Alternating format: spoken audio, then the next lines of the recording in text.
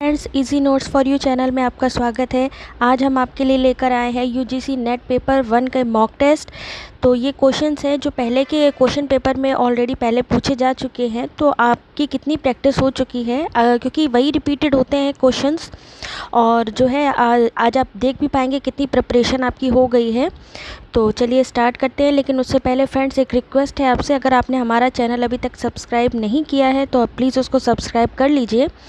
और साथ ही जो है हमारा अगर वीडियो आपको अच्छा लगे तो उसको लाइक करना मत भूलिएगा। आप चाहें तो जो अपना स्कोर है, जो आप क्वेश्चन सॉल्व कर रहे हैं, उसका स्कोर हमें कमेंट सेक्शन पर भी बता सकते हैं कि आपकी प्रैक्टिस कैसी चल रही है, आपको कितना स्कोर मिला है, कितने क्वेश्चंस आपके सही हुए हैं। तो फ्रेंड्स स्टार्ट करते हैं। पहला क्वेश्चन है, शोध का मुख्य ध्येय क्या है? ए, साहित्य की समीक्षा करना। बी, पहले से ज्ञात का सारांश करना। सी, अकादमिक उपाधि प्राप्त करना। या डी, नए तथ्यों की खोज करना अथवा ज्ञात तथ्यों की ताज़ा व्याख्या करना। तो फ्रेंड्स टाइम स्टार्ट हो रहा है। आप बताइए जल्दी इसका आंसर क्या होगा।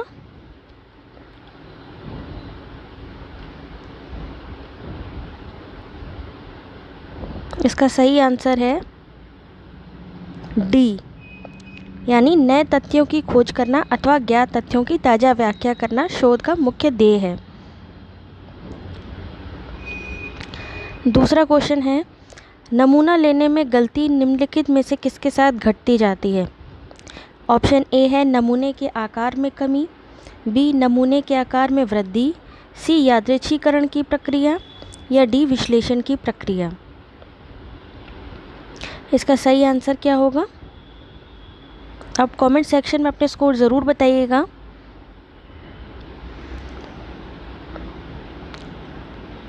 तो इसका सही आंसर होगा बी, नमूने के आकार में वृद्धि, यानी जितना ज़्यादा से ज़्यादा हम सैंपल लेंगे उतना गलती करने की संभावना कम होती जाएगी।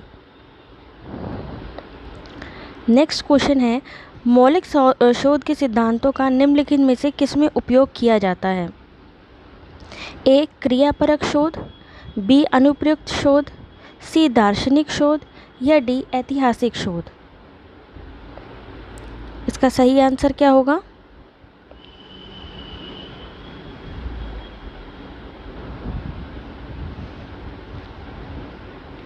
इसका सही आंसर होगा बी, अनुप्रयुक्त शोध। मौलिक शोध के सिद्धांतों का निम्नलिखित में से किस में प्रयोग किया जाता है? बी, अनुप्रयुक्त शोध में।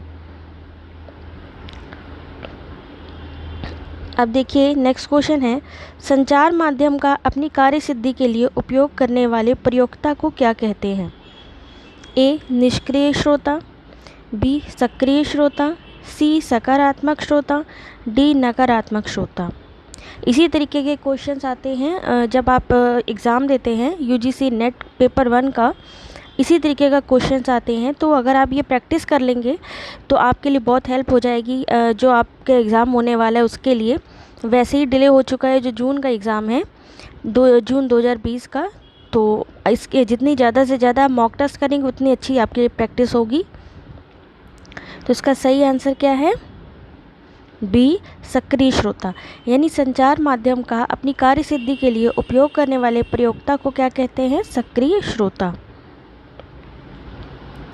नेक्स्ट क्वेश्चन है, कक्षा संचार का वर्णन निम्नलिखित में से किसके द्वारा किया जा सकता है? ए, गवेषणा। बी, संस्थानीकरण। सी, असंकेतित आख्यान। या डी, व्याख्यान। ये पहले के क्वेश्चन पेपर में पूछे जा चुके हैं, इसलिए मोस्ट इम्पॉर्टेंट क्वेश्चन है ये, क्योंकि रिपीट होने की पूरे चांस होते हैं इनके। तो इसका सही आंसर क्या होगा? डी, व्याख्यान।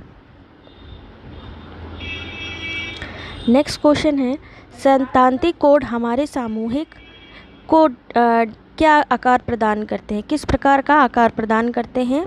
ए, निर्माण। बी, अवबोधन। सी, खपत। या डी, सृजन। तो इसका सही आंसर है बी, अवबोधन। नेक्स्ट क्वेश्चन है, संप्रेषण में मिथकों में शक्ति होती है परंतु वे उन्हें ए, संस्कृतिहीन होते हैं। बी, महत्वहीन होते हैं। सी, यथा तथ्य नहीं होते हैं। या डी वरीयता नहीं दी जाती। यानी संप्रेषण में, कम्युनिकेशन में मिथकों में शक्ति होती है, परंतु वे उन्हें क्या होते हैं या क्या नहीं होने देते हैं। तो इसका सही आंसर क्या होगा? सी, यथा तथ्य नहीं होते हैं। फिर है 8th क्वेश्चन, भारत की प्रथम बहुभाषाई समाचार एजेंसी निम्नलिखित में से कौन है? ए समाचार, बी एपीआई, सी हिंदुस्तान समाचार या डी समाचार भारती। ये 4 ऑप्शन दिए गए हैं,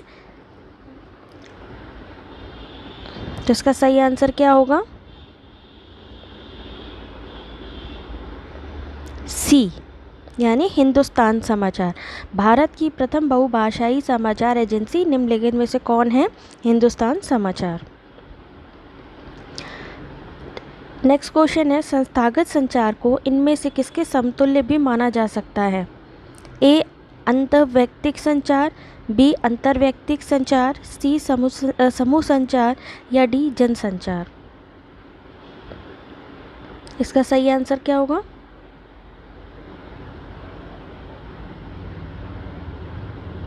सी, यानी समूह संचार। संस्थागत संचार को जो है समूह संचार के समतुल्य भी माना जा सकता है। नेक्स्ट क्वेश्चन है, 2 अभिकथनों के उद्देश्य और विधेय की शब्दावली यदि ऐसी है कि एक की शब्दावली दूसरे का निषेध करती है तो उन दोनों के बीच का संबंध क्या कहलाता है? ए विरोधात्मक, बी विपरीत, सी उपविपरीत या डी उपाश्रयन। तो इसका सही आंसर क्या होगा? इसका सही आंसर होगा ए विरोधात्मक। नेक्स्ट क्वेश्चन है, अनन्या और कृष्णा अंग्रेजी बोल और समझ सकते हैं। बुलबुल अर्चना की तरह ही हिंदी लिख और बोल सकती है। अर्चना अनन्या से बंगला में भी बात करती है। कृष्णा बंगला नहीं समझ सकती। बुलबुल अनन्या से हिंदी में बात करती है। निम्नलिखित में से कौन अंग्रेजी, हिंदी और बंगला बोल और समझ सकता है? तो इसमें सही आंसर क्या होगा?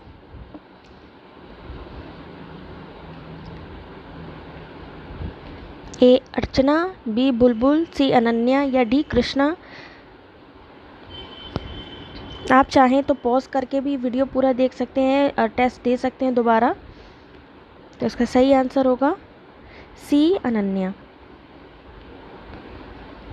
अब नेक्स्ट क्वेश्चन है, स्वनिर्मित परिभाषा निम्नलिखित में से कौन सी कही जा सकती है?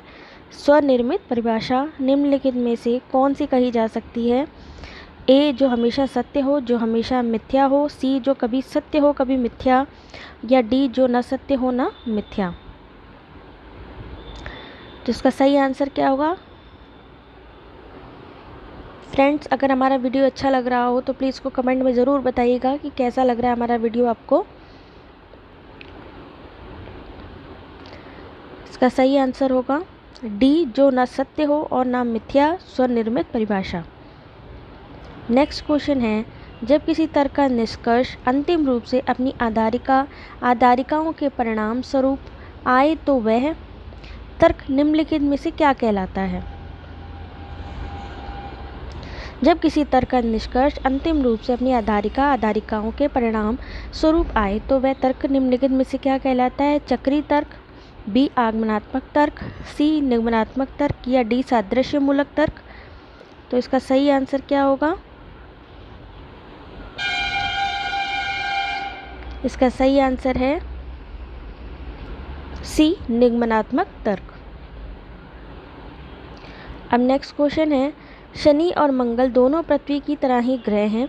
वे सूर्य से प्रकाश ग्रहण करते हैं और पृथ्वी की तरह ही सूर्य के चारों तरफ घूमते हैं, इसलिए उन ग्रहों पर विविध प्रकार के जीव रहते हैं जैसे कि पृथ्वी पर रहते हैं। उक्त गद्यांश में निम्नलिखित में से किस प्रकार का तर्क निहित है? ए निगमनात्मक, बी फलित ज्योतिष संबंधी, सी सादृश्यमूलक या डी गणितीय। तो उसका सही आंसर क्या होगा?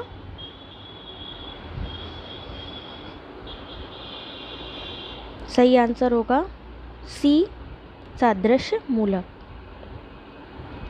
अब देखिए नीचे 2 आधारिकाएं दी गई हैं। उन 2 आधारिकाओं से 4 कोडों में 4 निष्कर्ष निकाले गए हैं। इन कोडों के अंतर्गत जिस कोड में निष्कर्ष प्रामाणिक रूप से बताया गया है उसका चयन करना है। आधारिकाएं जो दी गई हैं सभी संत धार्मिक होते हैं, और दूसरा है कुछ ईमानदार लोग संत होते हैं। और इन दोनों के आधार पर जो है कोड जो दिए गए हैं वो है ए सभी संत ईमानदार, यानी कि इसका निष्कर्ष निकालना है कि कौन सा सही है। जो सही हो कोड हो उसको ही जो है वही आंसर होगा। ए सभी संत ईमानदार होते हैं, बी कुछ संत ईमानदार हैं, सी कुछ ईमानदार लोग धार्मिक हैं, या डी सभी धार्मिक लोग ईमानदार होते हैं। इसमें सही आंसर क्या होगा?